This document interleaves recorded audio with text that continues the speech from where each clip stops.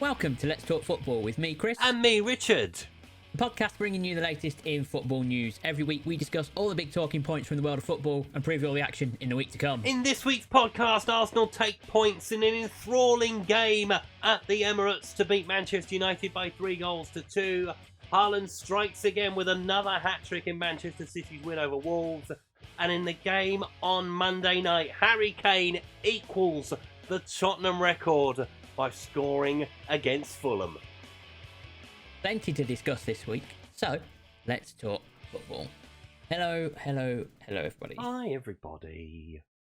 Another week of football, all done and dusted. Not much about this week. Oh, it's so Saturday was so bad. I mean, the Leicester game was all right, but I mean, there's literally no goals in about 7 games. Yeah, well, there were 3 in a row on telly that had 0-0. And I was like, please God, Manchester United and Arsenal don't end 0-0. That was a good game, that one. I mean, we might as well start at the Emirates, get that one. Get it out of the way. Dusted. Rip the sticky plaster off. To be honest, I mean, I said last week that week of those games were going to be decisive as to whether we were in a discussion. I think we can finally say, no, we're not in that discussion. Not yet, no. We're not ready. We haven't got the depth, and I think, without Casemiro, I mean, it's a lazy challenge, the one he made in the Palace game. Yes, silly challenge. It was a lunge. Yeah. I don't know why he's done it. I mean, Wan-Bissaka's right there. Yeah. But he's lunged in, got the yellow card, and then we missed him. And I think that just goes to show what our lack of depth is. Because Scott McTominay, for all the will in the world, is not Casemiro. No, I mean, maybe he should have had a penalty, not had a penalty. Yeah. That's to be discussed. I think it was a foul, honestly. Yeah. But Michael Elise's goal in midweek, though. Oh, that was sensational. That free kick. I mean, De Gea was brilliant as well all that game, and he couldn't do anything with that. You can't stop that. No. I mean, he made one save, De Gea. I think it was against him again, wasn't it, in the first half? Yeah. And it kind of dipped, and he just got a fingertip to it and sent it over. But yeah, he couldn't stop that. It was a hell of a strike. Postage stamp, as they say. Yeah. We had chances to kill that game off, didn't take them. No. And got punished. I think that yellow card to Casemiro just had an effect. Just took on everyone. Took the wind out of everybody. Literally on everybody. Yeah, I literally think it did. I mean, the fans the fans definitely.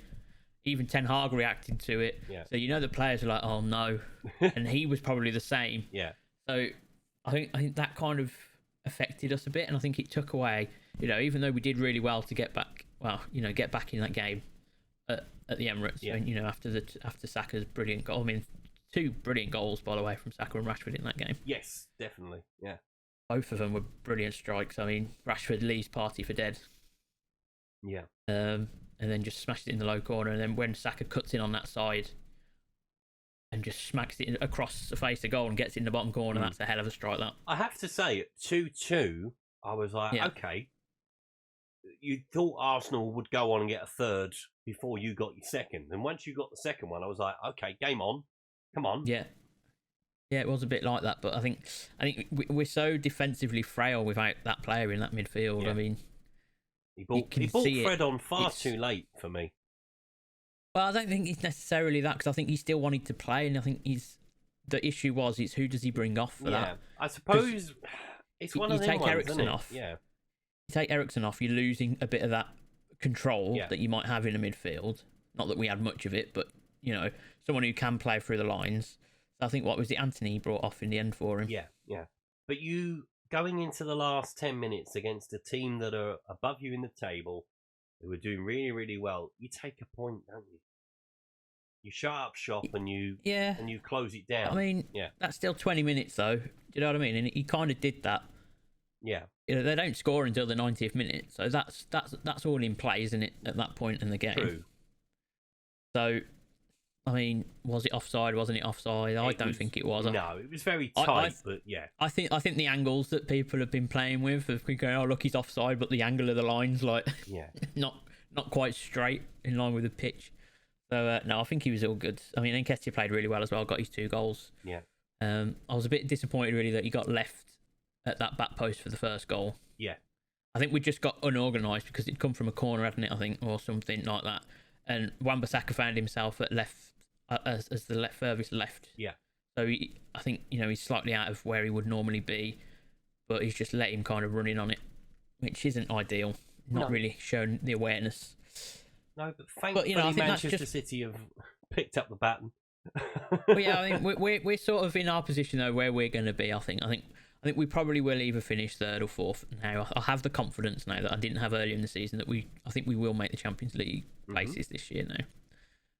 But we haven't got that next level of depth. It's the depth in our squad really, because we lose a player. I mean, as great and as brilliant as Casemiro is, probably the best in the world in his position.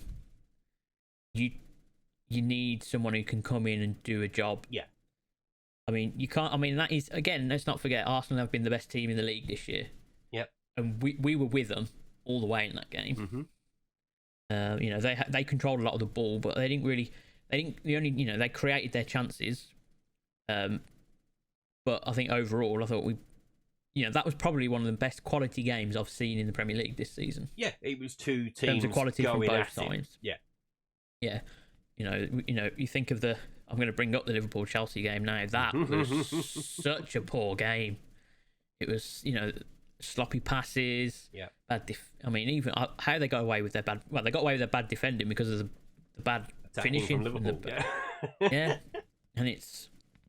I mean, you look at the contrast in that, and you think, actually, considering where those two teams are supposed to be, yeah, and where we're supposed to be, given our past couple of years, you could definitely see that Chelsea are a team in transition.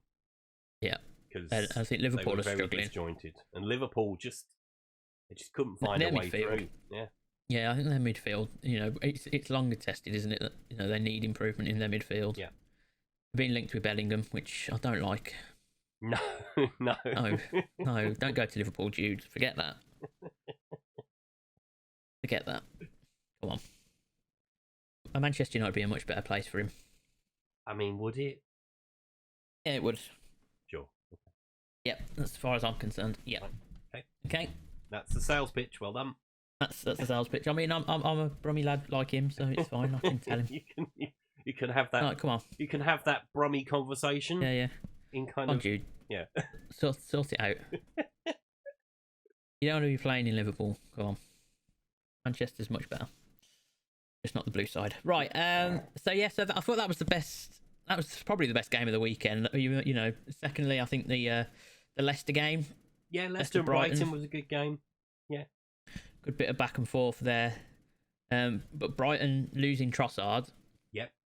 We must talk about that actually. I think Trossard to Arsenal. I think it's a really good move for Arsenal. It is, yeah. He's going to add so much more. He's got he adds depth, doesn't he, to their forward line? He adds depth. He's got goals in him. He can play in sort of 3 or 4 different positions. Exactly. Yeah. It's just now how Brighton react off the back of that. Oh, Brighton will go out and find somebody that you've never heard of. Yeah, and they will. It's just because Trossard's been such an important player for them. Is that now going to affect the rest of their season? To be fair, I think they found a player in Matima. Yeah. I mean, that goal he scored at the weekend, what a superb hit. Mm-hmm. And he's not the first time he's done that. No. So it'd be interesting to see. I mean, that game, they managed to, Brighton get the late equaliser. Ferguson with the equaliser late on. They'll be disappointed, Brighton, that they've actually drawn that, given how well they've been playing this season. Yeah, and I think, for Leicester, they're disappointed that they got so close to the win as well. I think they'll be quite disappointed coming away with the point because that would have given them a bit of breathing space. Yeah, well, they've really not got the breathing space down the bottom, have they? Jesus. So there's an extra couple of points could mean everything to them. Mm-hmm. Indeed. But it hasn't really changed that much down the bottom, has it? Because of all the draws. Yeah, no. Obviously, West Ham were the big winners at the weekend. Yeah. But even that doesn't get them too far away from the situation, does it? Bowen. No. I think it was Jared Bowen announced that he's having a baby. Yeah, I think he's having 2 as well. Having twins, yes, they're having twins, aren't they? Yeah. That came out of the weekend, and then he got 2 goals. Yeah. And cost Frank Lampard his job. And Frank's gone. Yeah, he was always going to. The thing is, though, I don't think Frank comes out of that necessarily badly. No. Because the club's in such a mess. Yeah. And he would have stuck it out, And the fans, I mean, I saw Frank have I don't know if you saw it. I saw the conversation with the Everton fan in the hotel. With the fans, wasn't it? Yeah. And they were all kind of behind him. Yeah. So, the fans' issue is purely with the board. Yeah. And I think them getting rid of Frank Lampard, considering he looks like he had a bit of an affinity with the fans, that's not going to help the situation. Gonna help. No. Not going to help the situation at Everton whatsoever. I think the board are getting desperate. So they've gone, right, we need to get results, so let's blame the manager. Let's take the manager out, let's change the manager. I didn't really like the Sky Sports guy that went to talk to them after the game, but I thought Bill Kenwright was actually quite forthright and sort of said, we need results. We do. We need results. I don't necessarily, as you say, I don't necessarily think changing the manager is going to do that. I think there's a lot of... thing is, the turmoil around it is affecting everybody. Yeah. Right? So the players aren't going to play at their best. They're getting hounded leaving the ground. Yep. They're getting... You know what I mean? They've got all this... The fans shouting at the owners. They've got, the protests happening in the crowd while they're trying to play. The fans are unhappy. So that's going to translate to the pitch and the way that the players react. And it just is. They've got 2 weeks to find a manager before they play again. Yeah, so they've got to get someone in, make the changes, hope there's a bit of a boost off the back of that. Who in their right mind is going to take that on at the moment? It's a challenge. I think they'll find someone. It's a Premier League job, so someone will take it. Well, I'm just looking at the latest job in the Premier League. So yeah, go on. So you got Sean Dyche as the favourite. Yeah. Marcelo Bielsa's the second favourite, who they've already had a conversation with by the sound of it, and I don't think he's that keen on the job because they don't play in the style that he wants to play with the high press and things like that. Ralph Hasenhüttl was an interesting one at 5-1. Duncan Ferguson, obviously fans' favourite. Yeah, they'll probably end up giving it Duncan short term again, won't they? He'll get the fans behind him again. Oh, I don't know. I mean, he's done it before, hasn't he? He has, but not in this kind of situation. Yeah, I think he'll have the mentality for it though, Duncan. He's always up for a fight. Yeah, and he's got the fans behind him. He will have. He'll have that sort of legacy from when he was a player there and coach. Well, he did well. Remember? Yeah, he did well when he took over for a bit. Interim. Yeah. So they'll probably end up taking that route again, I think, soon, because they'll find out it won't. But I can't see Hasenhüttl getting it. No, because why would you leave Southampton? Obviously, Southampton sacked him. It's not exactly. It's a sidestep. Southampton are bottom of the league. Yeah. And I think it's a bit of a free hit, really, though, for anyone that goes in there. Yeah. Because the club's in such a mess. I mean, really, you've got to be thinking. Either you've got a mindset, haven't you, as a manager? Yeah. Do I mind that this team right now could get relegated? Yeah. And you're essentially going to start with a blank canvas if they do get relegated.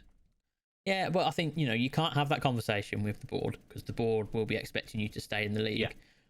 But I think from your perspective, it's like, right, am I willing to take this job for 6 months or for 3 years and build, and then maybe, we go down and come back start again? Yeah. I mean, it'd be very weird for everything to get relegated. Yeah. It would be, wouldn't it? They have been so close so many times. Yeah. That they've always got out of it. They've always found a way. I think this time they won't. It's going to be. I mean, there are teams though that could drop in around them that are struggling. Do you know what I mean? Yeah. So I don't necessarily think that it's cut and shut that they will be gone. No. Obviously, they're only 2 points away from getting out of trouble. 3 points away from 14th. But that was a big result. Obviously, that was like a loser leaves town match on Saturday, and West Ham come out on top. It's a big result for West Ham. That huge for them. Catalyst, so it'll be interesting. Maybe. Oh, they'll be hoping for that, but I mean, they haven't been. It's not the first game they've won this season. No. So, these false dawns can happen. They were playing one of the poorest teams in the league. Yeah. So, I wouldn't get too excited as a West Ham fan just yet. I think, but the fact that they're beating the teams around them. Yeah, that's what you've got to do in a relegation fight, haven't you? Yeah. You've got to pick up the points and the teams around you. If you get bonus points from the teams above you, then all's well and good. Yeah, from the top half of the league, really. I mean, people in the you're looking for points at home in the bottom half of the table, and that's what you're looking for. Definitely. So yeah, they'll be hoping for a change in fortune in terms of that. But Everton, I think Southampton are struggling. Yeah. They were unlucky against Aston Villa. There was a lot of VAR stuff going on there that I don't quite understand. One of them, Yeah, no, I can't even know which one you're on about, to be honest. It's yeah, I mean, there was about 4 or 5 incidents of VAR, but there was a Southampton goal that was chalked off, and you were like, no, that's not right. Yep. Is that the Ward-Prowse one? Yeah, I think so.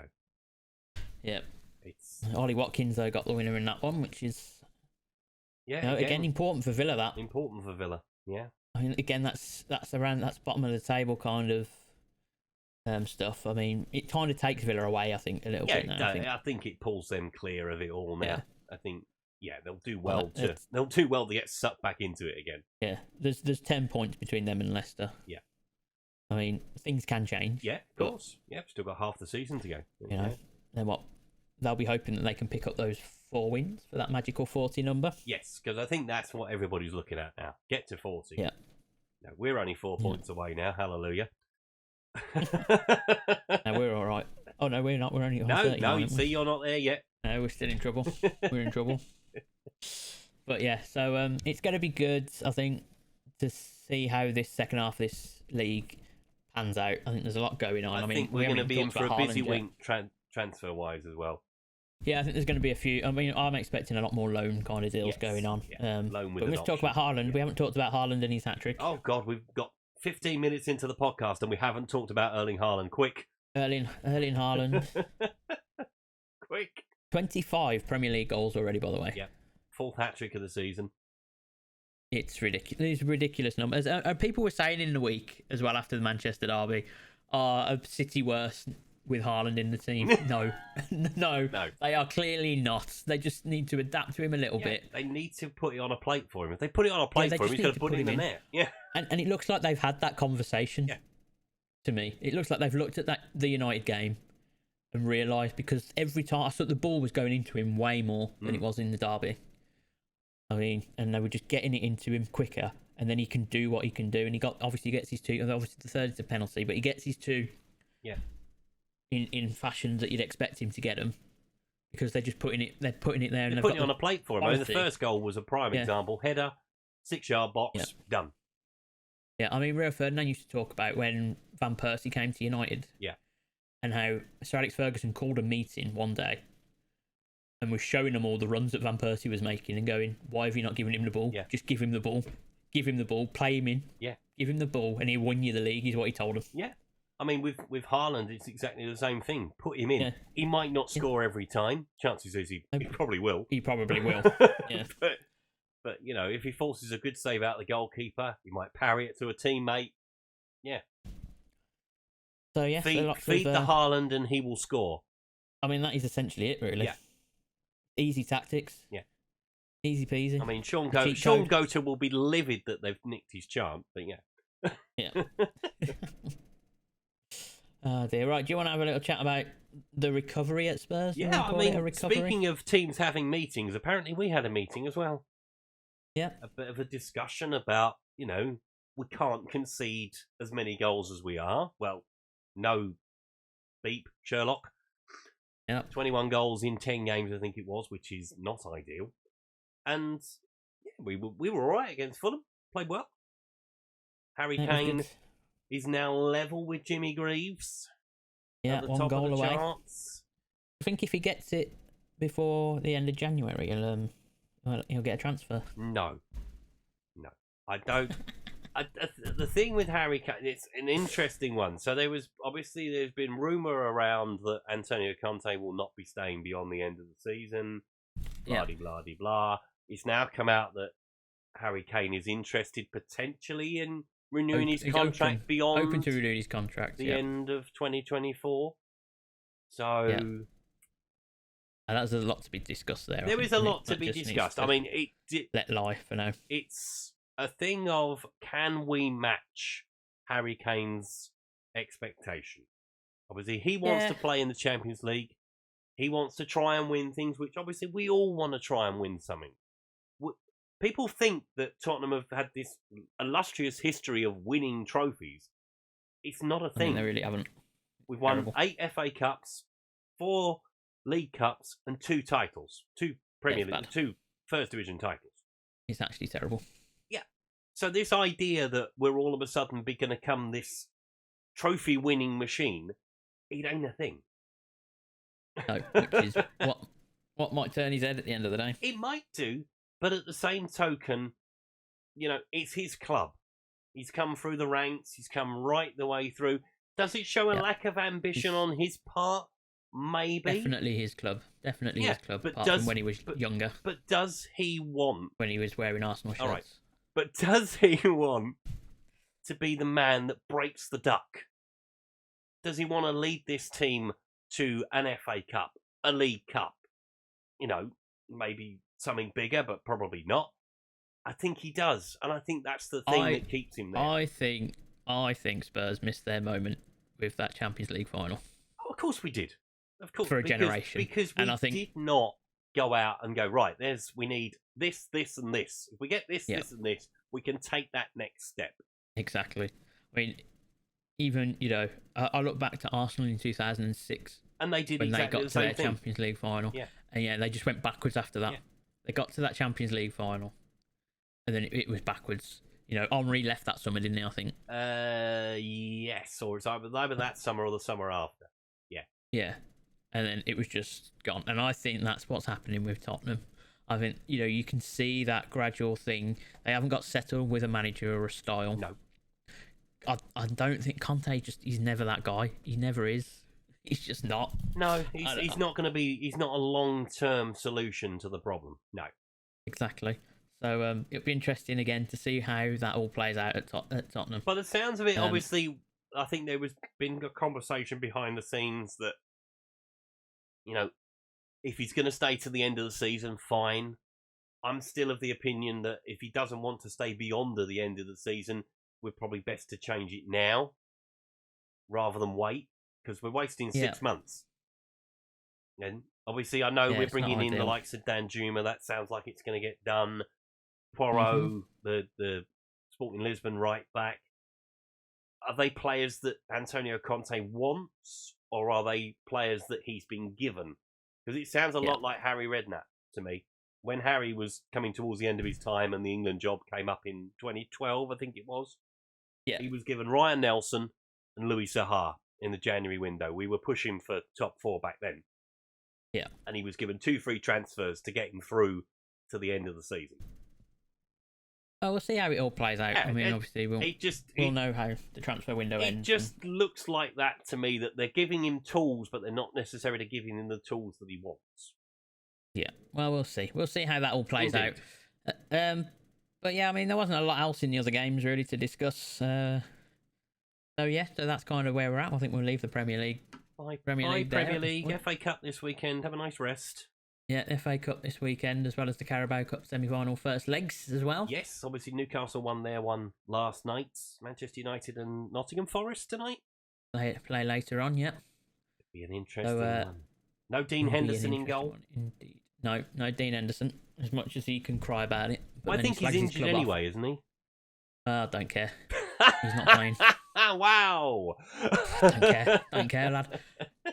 It's just the way that he was going on about after the club and all of that, and forgetting that he's still employed by us, and then wanting to ask permission to play in a semi-final against us. And that's not going to happen, is it? Never going to happen. I can see Dean Henderson leaving Old Trafford in the summer. Oh, he's definitely going. Oh, he's definitely gone. I mean, his attitude stinks. But anyway, right. Do you want to take us around the world? Well, we'll put that to one side and we'll go around the world, shall we? So the Bundesliga is back.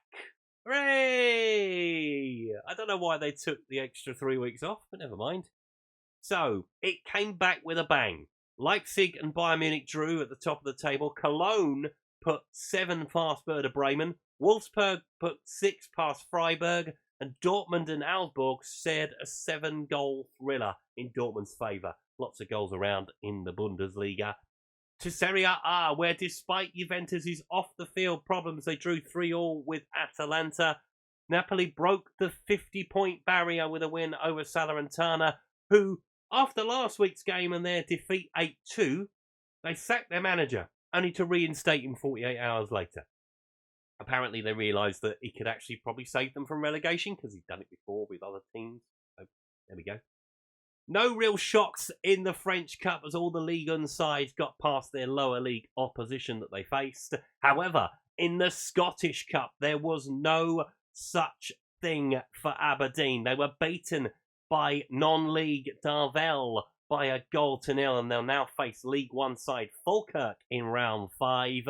In Spain, the top 5 all won, although Real Madrid left it late to secure victory over Athletic Bilbao, with Toni Kroos making a rare appearance on the score sheet. Sevilla picked up a late winner too, thanks to Ivan Rakitic, to pull themselves a little bit clearer from the drop zone. More drama for Sydney FC. They're not having much luck lately. They lost late on to Western United. Melbourne City continued to lead the way down under, but they had a golden draw with Brisbane Roar. To Al Nazir we go. They secured a 1-0 win over Etak. I want to say that. I don't think I've said that right. Ronaldo played, but by all accounts had a quiet game. The WSL this weekend was marred by postponements, including Chelsea and Liverpool, which was abandoned after 6 minutes due to a frozen pitch. In the games that did go ahead, there were wins for Manchester United and Everton, whilst Manchester City and Aston Villa drew. And lastly, speaking of the weather this weekend, somehow Ipswich's game at Oxford wasn't abandoned despite dense fog descending at 1-1. Oxford snatched a late winner, although I don't think many people saw it. Oh dear. Well, the Ipswich fans were singing football, "What the hell is going on?" because they couldn't see from their side. Yeah, I'm not surprised. Italian football is crazy, isn't it? I mean, it is ridiculous what is going on at Juventus. I mean, yeah, the stuff going on at Juventus. You think they'd have learnt their lesson? Yeah. After the nightmare they had back in, what was it, mid 2000s? Mid 2000s, when they got relegated to Serie C, I think it was. Yeah. There's another couple of sides relegated to Serie B. And now they're in trouble again. Yes. You've got a manager getting sacked and then getting reinstated 48 hours later. Oh, that was quite funny when I saw that. I was like, bonkers. Oh. Absolute bonkers. And then the WSL, by the way, I just want to say, come on, United, top of the league. Yeah. Yeah, that Chelsea-Liverpool game sounds like it was farcical. It never should have started. No. Emma Hayes was absolutely raging about it. If the pitch is frozen, you shouldn't be playing.